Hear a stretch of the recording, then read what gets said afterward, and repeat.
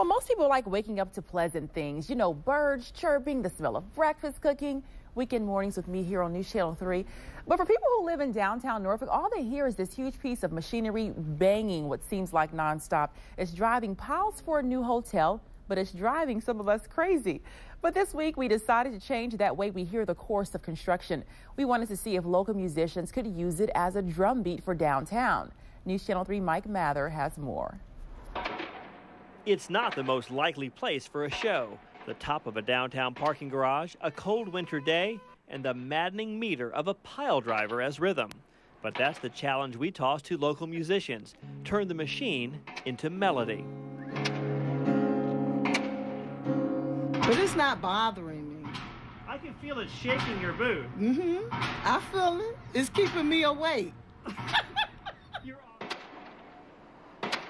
At 43 beats a minute, it's a little slow for music making, but 43 beats a minute, it's just fine for mind numbing. It drove me nuts at the beginning, but I think actually I'm learning to block it out somewhat until the building shakes, and then it reminds me that it's there. Several musicians agreed to play with the pile driver, from acoustic to electric to members of the Virginia Symphony. First up is Joanna Lynn. It takes her a moment to grasp the groove, but then she croons a melancholy ballad. I'm a band grounder.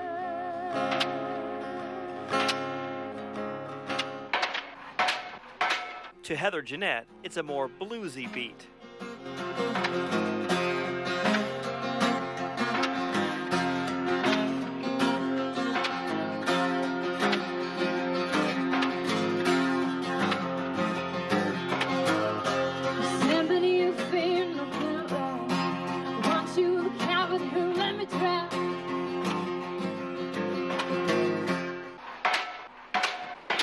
Even members of the Virginia Symphony played along.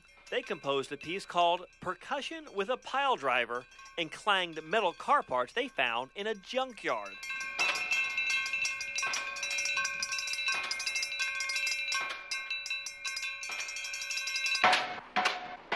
And lastly, juvenile guitar prodigy Grant Austin Taylor settled on an improvised blues riff.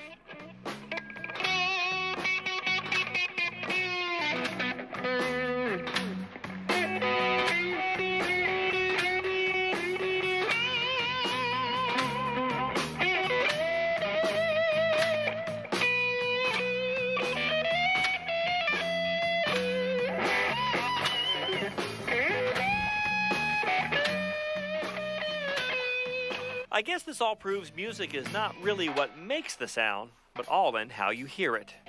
In Norfolk, Mike Mather, News Channel 3.